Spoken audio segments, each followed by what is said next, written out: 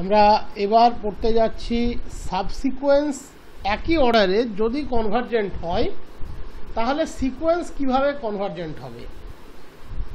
বলেছে x2n and x2n-1 দুটো অবশ্যই xn এর সাবসিকোয়েন্স of sequence xn converges to the same limit L, then sequence xn also converges and limit xn equals to L.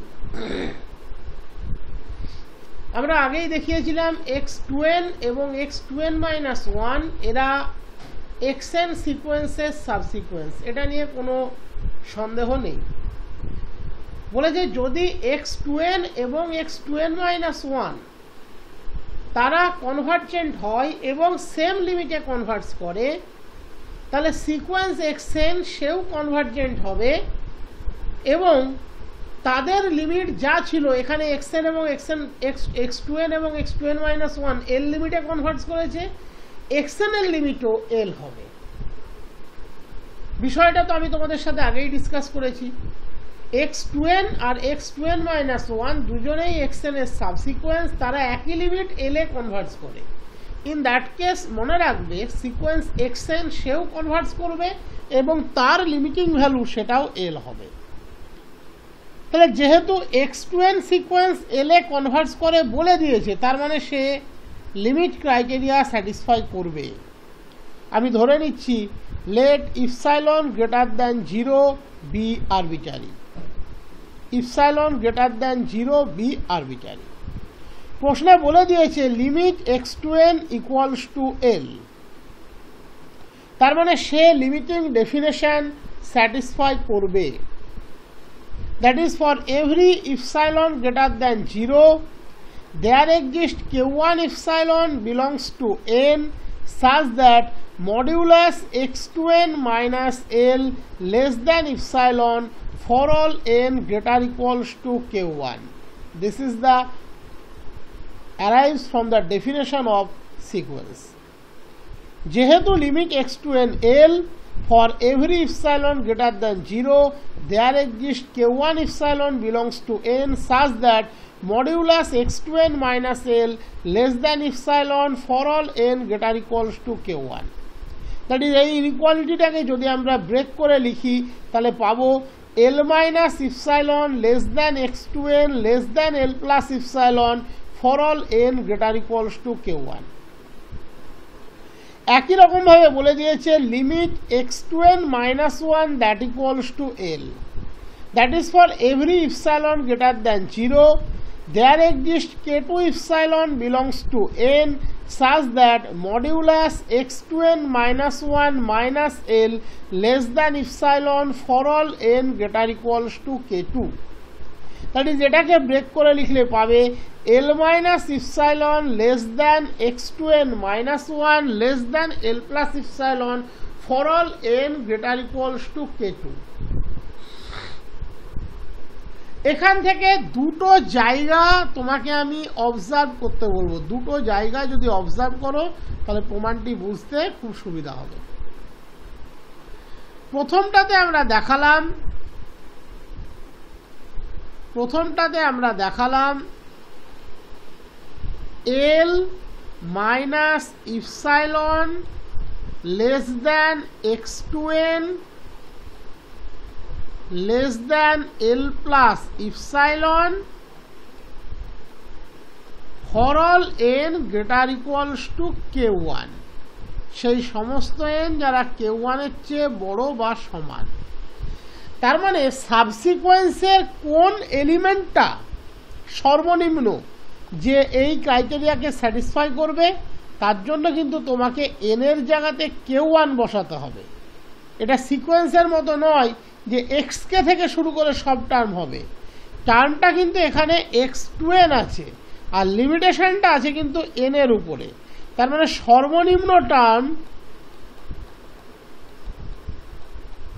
x2 k1 যে L minus ইপসাইলনের চেয়ে বড় হবে, L plus ইপসাইলনের চেয়ে ছোট হবে। এখানে n এর জায়গায় যখনই তুমি k1 বসাবে 2n টা কিন্তু হয়ে যাবে 2k1। দ্যাট ইজ এক্স কেও 1 কিন্তু এই জোনের মধ্যে নেই, এক্স কেও 1 সে কিন্তু এই জোনের মধ্যে নেই, আছে কে x2 কে 1, এটা কিন্তু সর্বনিম্ন টার্ম, এটা কিন্তু সর্বনিম্ন টার্ম, ওকে, এটা সর্বনিম্ন টার্ম, ওকে। ঠিক তেমনি আরেকটা পার্ট খেয়াল করে দেখো,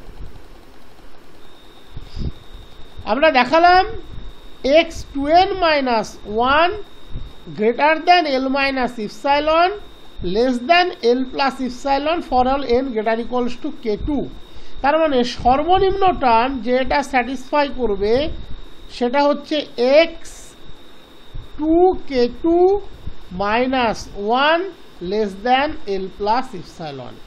এখানেও কিন্তু n এর জায়গায় k2 বসলে 2n minus 1টা হয়ে যাবে 2k2 minus 1। আমি কে নিচ্ছি ম্যাক্সিমাম অফ k1, k2, ওকে। তাহলে n যদি k এর চেয়ে বড় হয় তার মানে n k1 এর চেয়ে বড় হবে, n যদি k এর চেয়ে বড় হয় n k2 এর চেয়ে বড় হবে, কারণ kটা k1 k2 এর ম্যাক্সিমাম।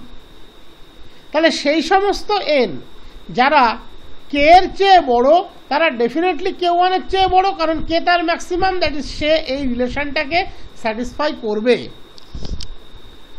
সেই সমস্ত n যারা k এর চেয়ে বড়, যেহেতু k k1 k2 এর ম্যাক্সিমাম, সে k2 এর চেয়েও বড়, সে এটাকেও স্যাটিসফাই করবে। তার মানে k যদি ম্যাক্সিমাম অফ k1 k2 হয়, সেই সমস্ত n যারা k এর চেয়ে বড় তারা এই দুটো রিলেশনকে একসাথে স্যাটিসফাই করবে, that is L minus epsilon less than x2n less than L plus epsilon, একই সাথে L minus epsilon less than x2n minus 1 less than L plus epsilon। এই জায়গাটাতে কিন্তু একটু করে ভালোভাবে বোঝার এবং শেখার জায়গা আছে। এটা আমি লাইভ দেখাচ্ছি যাতে বুঝতে কোনো রকম অসুবিধা না হয়। তার মানে সেই সমস্ত n যারা k এর চেয়ে বড় বা সমান তাদের জন্য x2nটা L minus epsilon থেকে বড়, L plus epsilon থেকে ছোট।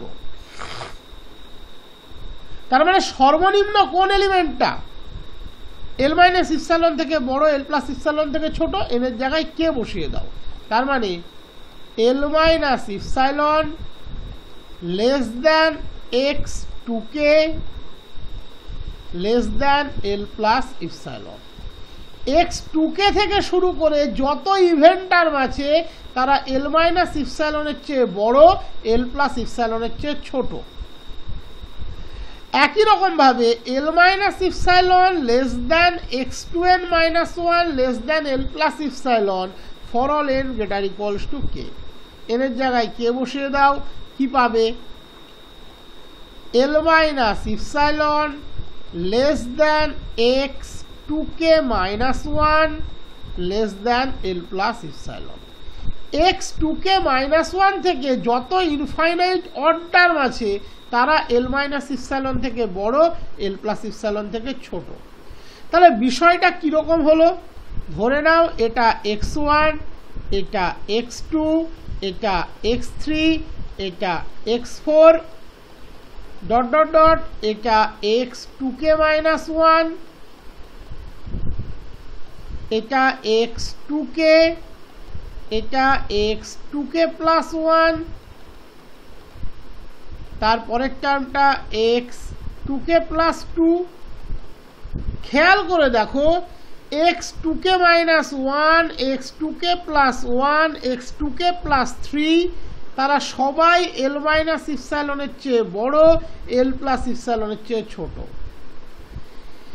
x2k plus 2, তারপরে x2k plus 4, তারপরে যত ইনফাইনাইট ইভেন টার্ম আছে, ইভেন ইন্ডেক্সের টার্ম আছে তারা L minus epsilon এর চেয়ে বড়, L plus epsilon এর চেয়ে ছোট। তাহলে x2k minus 1 এর আগে সিকোয়েন্সের কতগুলো টার্ম আছে, 1 2 আপ টু 2k minus 2 সংখ্যক টার্ম, 2k minus 2 সংখ্যক টার্ম। এবং এই সংখ্যাটা ফাইনাইট। তাহলে এই ফাইনাইট সংখ্যা বাদ দিলে x2k - 1 থেকে, দ্যাট ইজ সর্বনিম্ন n এর ভ্যালু হচ্ছে 2k - 1, যত টার্ম আছে তারা সবাই l - ইপসাইলনের থেকে বড়, l + ইপসাইলনের থেকে ছোট। তার মানে আমি কি লিখতে পারি, l - epsilon less than xn, আর x2n 2n + 1 এসব কিছু নয়, direct sequence xn less than l + epsilon for all n greater equals to 2k - 1। Underline করেছি, এই আন্ডারলাইনের গুরুত্বটাকে যাতে বুঝতে হয় তার জন্য এত কিছু দেখালাম। x2k থেকে শুরু করে সমস্ত ইভেন ইন্ডেক্সের টার্ম l - ইপসাইলনের থেকে বড়, l + ইপসাইলনের থেকে ছোট।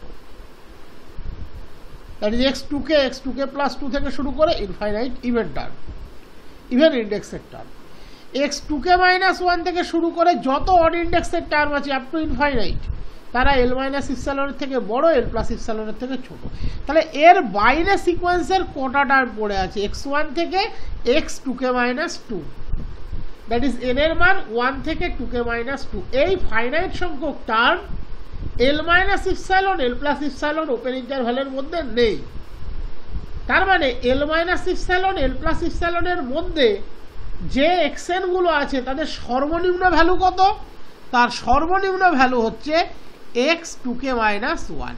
তার মানে n এর সর্বনিম্ন মান কত, 2k - 1, যার জন্য আমি এখানে লিখেছি n greater equals to 2k - 1। তুমি ঘাবড়ে যেতে পারো দেখে যে স্যার হঠাৎ করে এখানে n greater equals two k লিখলেন, দিয়ে বললেন দুটো রিলেশনই ট্রু, আবার এখানে n greater equals to 2k - 1 কেন লিখলেন? দুটোই তো ট্রু ছিল। অবশ্যই দুটো ট্রু ছিল, বাট দুটো ইন্ডিভিজুয়ালি ট্রু ছিল। n greater equals two k এর জন্য l - epsilon less than x2n less than l + epsilon individually, l - epsilon less than x2n - 1 less than l + epsilon individually, and this is combinedly. xn সিকোয়েন্সের মাত্র 2k - 2 সংখ্যক term l - epsilon থেকে l + ইপসাইলনের মধ্যে নেই। x1 থেকে x2k - 2 term নেই। x2k - 1 থেকে সবাই এই জোনের মধ্যে আছে। That is xn n greater equals to 2k - 1 এর জন্য l - ইপসাইলন থেকে l + ইপসাইলনের মধ্যে আছে। That is modulus xn - l less than epsilon for all n greater equals to 2k - 1। That is limit xn equals to l। প্রমাণ complete. যদি two অর্ডারের sequence same লিমিটে converge করে তাহলে সিকোয়েন্সও কনভার্জেন্ট হবে এবং লিমিটিং ভ্যালু সেম হবে। হ্যাঁ, এন এর মানটা আমরা একটা আলাদা পদ্ধতিতে চয়েস করতে পারতাম, সেটা আমি দেখি, সেটা তোমাদের ক্ষেত্রে অনেক সহজে বুঝতে পারবে। এখানে individually x2k 1 l - epsilon l + ইপসাইলনের থেকে বড়, that is 2n greater equals to 2k 1। এখানে x2k 2 - 1 l - ইপসাইলনের থেকে বড়, l + ইপসাইলনের থেকে ছোট least element, that is 2n - 1 greater equals to 2k 2 - 1। হ্যাঁ, তুমি ডিরেক্টলি যদি k কে এটা ধরে নাও ম্যাক্সিমাম অফ 2k 1, 2k 2 - 1, তাহলে অটোমেটিক্যালি তুমি এখানে n greater equals two k লিখতে পারবে। এখানে যেমন আমরা n greater equals two k এর জন্য ইন্ডিভিজুয়াল রেজাল্ট পেয়েছিলাম, কম্বাইন করলে পেলাম n greater equals to 2k - 1। এখানে ম্যাক্সিমামটা আমরা নিচ্ছি 2k 1 এর আর 2k 2 - 1 এর, তার জন্য এখানে n greater equals two k directly লিখতে পারছি, কারণ এই kটা আইদার 2k 1 হবে অথবা 2k 2 - 1 হবে। কে হবে আমি জানি না, যে হবে ম্যাক্সিমাম সে হবে, তাহলে কোনো ভুল নেই। তখন আমরা ডিরেক্টলি লিখতে পারি modulus xn - l less than epsilon for all n greater equals two k, that is limit xn equals to l। এই 2k 1 2k 2 - 1টা কেন ধরলাম সেটা আমি এখানে দেখিয়ে দিয়েছি। আমরা এখানে বলেছিলাম modulus x2n - l less than epsilon for all n greater equals two k1, কিন্তু ওখানে তো n নেই, 2n আছে। তাহলে modulus x2n - l less than epsilon for all 2n greater equals two 2k1, that is এর যে টার্মটা ইনিশিয়ালাইজ হচ্ছে সেটা x2k 1 থেকে হচ্ছে। Modulus x2n - 1 - l less than epsilon for all 2n - 1 greater equals to 2k 2 - 1, n greater equals two k2, তাহলে 2n minus 1 greater equals two 2k2 minus 1, তাহলে initial টার্মটা কত হচ্ছে 2k2 মাইনাস 1। তাহলে এখানে শুরুটা হচ্ছে x2k1 থেকে, এখানে শুরুটা হচ্ছে 2k2 মাইনাস 1 থেকে। আমি কে নিলাম এদের দুজনের ম্যাক্সিমাম। তাহলে n যদি k এর চেয়ে বড় হয় n অটোমেটিক্যালি 2k1 এর চেয়ে বড়, দ্যাট ইজ এই রিলেশন ট্রু। n যদি k এর চেয়ে বড় হয় n অটোমেটিক্যালি 2k2 মাইনাস 1 এর চেয়ে বড়, দ্যাট ইজ এই relation true. So for all n greater equals to k, combinedly modulus xn minus l less than epsilon, that is limit xn l। তোমরা এই পদ্ধতিটা বা এই চয়েসটাও নিতে পারো, তবে ওই চয়েসের ক্ষেত্রে এই চয়েসটা তোমাদের শিখে নেওয়াটা ভালো, কারণ আগামী দিনে এই ধরনের প্রবলেম অনেক আসবে। দুটোই ঠিক, কোনো ভুল নেই, কিন্তু কেন ঠিক সেটাও আশা করি বুঝতে পেরেছো। x2n মাইনাস l এর মড ভ্যালু ইপসাইলনের চেয়ে ছোট for all 2n greater equals two 2k1, আর এটা 2n minus 1 greater equals two 2k2 minus 1। আমি কে নিলাম এদের দুজনের ম্যাক্সিমাম। তাহলে n যদি k এর চেয়ে বড় হয় n 2k1 এর চেয়ে অবশ্যই বড় হবে, আর 2k1 এর চেয়ে বড় n এর জন্য অলওয়েজ এটা ট্রু, সেটা 2n হোক বা n হোক, as well as 2k2 minus 1 এর ক্ষেত্রে। দ্যাট ইজ দুটোই যেহেতু n greater equals two k এর জন্য ট্রু, তাহলে combinedly true limit xn l, এটা করতে পারো। এবার আমি ওটাকে দেখিয়েছি। ধরো xn একটা সিকোয়েন্স, আমি x3n এর লিমিটিং ভ্যালু পেলাম l, x3n প্লাস 1 এর লিমিটিং ভ্যালু পেলাম l, x3n প্লাস 2 এর লিমিটিং ভ্যালু পেলাম l, তাহলে আমি বলতে পারবো xn এর লিমিটিং ভ্যালু l। আমি xn 3n এর লিমিটিং ভ্যালু পেলাম l, x3n মাইনাস 1 এর নয়, x3n মাইনাস 1 এর লিমিটিং ভ্যালু পেলাম l, x3n মাইনাস 2 এর লিমিটিং ভ্যালু পেলাম l, তখনও xn এর লিমিট l। আমি আগেই তোমাদেরকে বলেছি x3n মাইনাস 1 আর x3n প্লাস 1 এদেরকে ইকুইভ্যালেন্ট ধরবে। দু চারটে টার্মের এদিক ওদিকের জন্য কোনোদিন লিমিটিং ক্রাইটেরিয়া বদলাতে পারে না, লিমিটিং ক্রাইটেরিয়া কোনোদিন বদলাতে পারে না, কারণ লিমিটিং ক্রাইটেরিয়া কোনো ফাইনাইট নাম্বার অফ টার্মসের জন্য পরিবর্তন হয় না।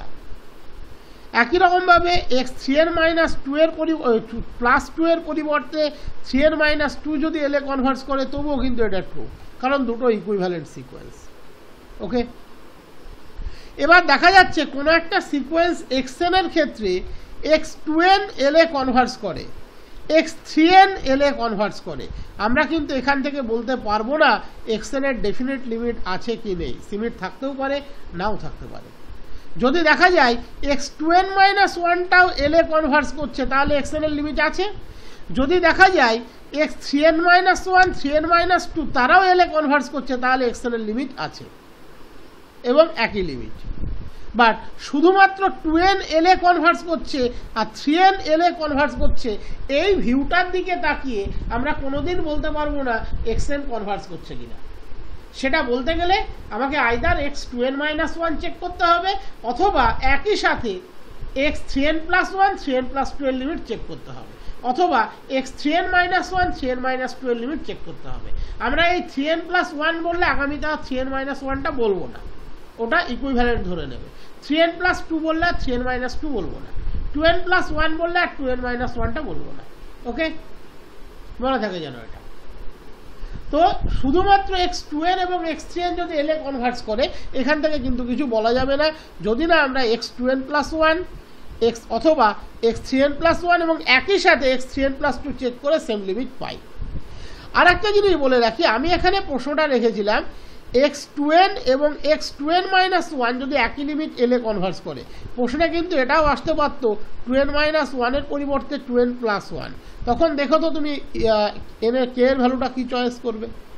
তখন দেখো তো এই জায়গাটা কি 2k মাইনাস 1 থাকবে, এই জায়গাটা কি 2k মাইনাস 1 থাকবে, না 2k মাইনাস 1 এর পরিবর্তে 2k প্লাস 1, যেহেতু আমি 2n প্লাস 1 যেহেতু বলছি তখন এটা 2k হয়ে যাবে। একটু ভেবে দেখো তো এই ভ্যালুগুলো কি হবে, একটু চিন্তা ভাবনা করবে। এই যে আমরা এখানে বললাম যে x2n and x2n minus 1 of xn converges to the same limit l, আমি বলছি এটা যদি 2n plus 1 বলতাম তাহলে কি এই চয়েসটা আমার একই থাকতো? এই যে n greater equals to 2k minus 1 লিখছি, এই চয়েসটা কি একই থাকতো? না তখন এটা 2k হতো, যেহেতু 2k প্লাস 1টা বড়। একটু ভেবে দেখো।